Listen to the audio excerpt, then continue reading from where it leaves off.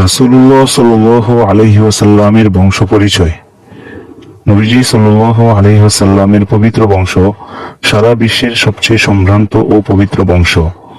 রাসূলুল্লাহ সাল্লাল্লাহু আলাইহি ওয়াসাল্লামের এই বংশগত মর্যাদা এমন একটি বিষয় যে মক্কার কোনো কাফির এবং নবীজি সাল্লাল্লাহু আলাইহি ওয়াসাল্লামের কোনো দুশমনতা অস্বীকার করতে পারেনি। হযরত আবু সুফিয়ান রাদিয়াল্লাহু তাআলা আনহু কাফির থাকা অবস্থায় রোম সম্রাটের সামনে অকপটে এই বিষয়টি স্বীকার করেছিলেন। অথচ সেই সময় তিনি এটাই চেয়েছিলেন যে যদি সুযোগ হয় তাহলে রাসূলুল্লাহ সাল্লাল্লাহু আলাইহি ওয়াসাল্লামের উপর কোনো না কোনো দোষ চাপাবেন।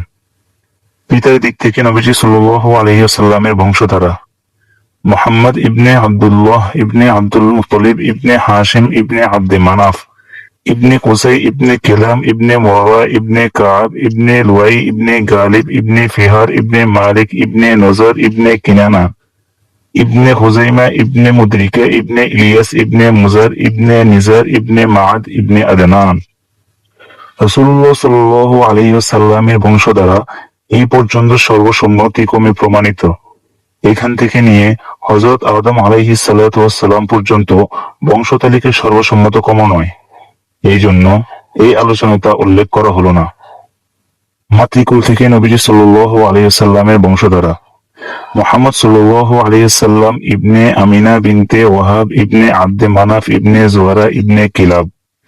এই বংশধারা বোঝা গেল যে কিলাব ইবনে মুরওয়া পর্যন্ত গিয়ে নবীজি সাল্লাল্লাহু আলাইহি ওয়াসাল্লামের পিতা ও মাতা উভয় বংশ একত্রে মিলে যায়। জন্মের পূর্বে নবীজি সাল্লাল্লাহু আলাইহি ওয়াসাল্লামের বরকত প্রকাশ: সূর্য উদিত হওয়ার পূর্বক্ষণে সুবহে সাদিকের দিগন্ত বিস্মিত আলোক রশ্মি, অতঃপর রক্তিম আভা যেমন ভাবে বিশ্ব জগৎকে সূর্য উদয়ের সুসংবাদ প্রদান করে, তেমনি ভাবে নবুয়তের সূর্য উদয়ের সময় যখন ঘনিয়ে এলো তখন পৃথিবীর দিক দিগন্তে এমন বহু ঘটনা ঘটতে লাগলো যা নবীজি সাল্লাল্লাহু আলাইহি ওয়াসাল্লামের আগমনী বার্তা প্রচার করছিল। মুহাদ্দিসিন ও ইতিহাসবিদদের পরিভাষায় এগুলাকে ইতিহাসাত বা অপেক্ষমান নিদর্শন বলা হয়। নবীজি সাল্লাল্লাহু আলাইহি ওয়াসাল্লামের সম্মানিতা মাতার বর্ণনা: নবীজি সাল্লাল্লাহু আলাইহি ওয়াসাল্লাম তার গর্ভে আসার পর একদিন স্বপ্নে তাকে সুসংবাদ দেওয়া হলো যে তোমার গর্ভের সন্তানটি এই উম্মতের কর্ণধার।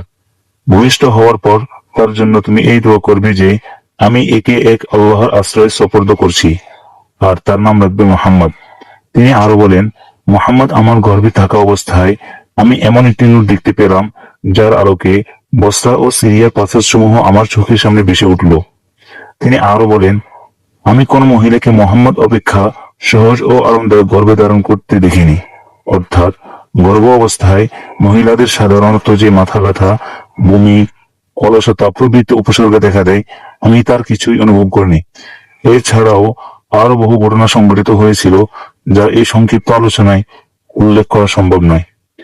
নবীজি সাল্লাল্লাহু আলাইহি ওয়াসাল্লামের শুভ জন্ম: এই ব্যাপারে অধিকাংশ আলেমগণে একমত যে যে বছর আসহাবে ফিল বাইতুল্লাহ শরীফ আক্রমণ করে এবং আল্লাহ তাআলা ক্ষুদ্র একজাক পাখি দ্বারা তাদেরকে ধ্বংস করেন, ঠিক সেই বছর রবিউল আউয়াল মাসে প্রিয় নবী সাল্লাল্লাহু আলাইহি ওয়াসাল্লাম জন্মগ্রহণ করেন। বস্তুত আসহাবে ফিলের ঘটনাটিও ছিল রাসূলুল্লাহ সাল্লাল্লাহু আলাইহি ওয়াসাল্লামের দুনিয়ায় আগমনের বরকত সমূহের ভূমিকা মাত্র। রাসূলুল্লাহ সাল্লাল্লাহু আলাইহি ওয়াসাল্লাম যেই ঘরে জন্ম লাভ করেন, পরবর্তীতে সেই ঘরটি হাজ্জাজ ইবনে ইউসুফের ভাই মুহাম্মদ ইবনে ইউসুফের হাতে এসেছিল। কোন কোন ঐতিহাসিকের মতে আসহাবে ফিলের ঘটনাটি ঘটেছিল 571 সনের 20 এপ্রিল। নবীজি সাল্লাল্লাহু আলাইহি ওয়াসাল্লামের জন্ম হযরত ঈসা আলাইহিস সালাতু ওয়াস সালামের জন্মের 571 বছর পর হয়েছিল। যে বছর বাইতুল্লাহর উপর আসহাবে ফিলের আক্রমণ হয়, সেই বছর রবিউল আউয়াল মাসের 12 তারিখ সোমবার পৃথিবীর ইতিহাসে এক অনন্য দিন।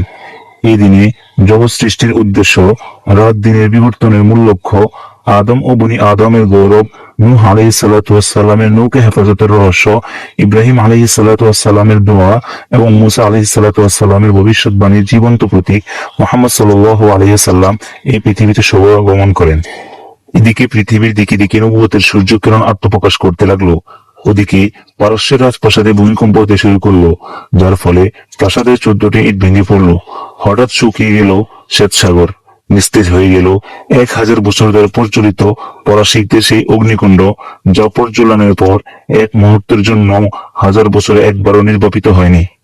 বস্তুত নবীজি সাল্লাল্লাহু আলাইহি সাল্লামের জন্মকালীন এইসব আশ্চর্য ঘটনা ছিল অগ্নি পূজা, মূর্তি পূজা ও অন্য সব গুমরাহী পরিসমাপ্তির ঘোষণা এবং পারস্য ও রোম সাম্রাজ্যের পতনের প্রতি সুস্পষ্ট ইঙ্গিত।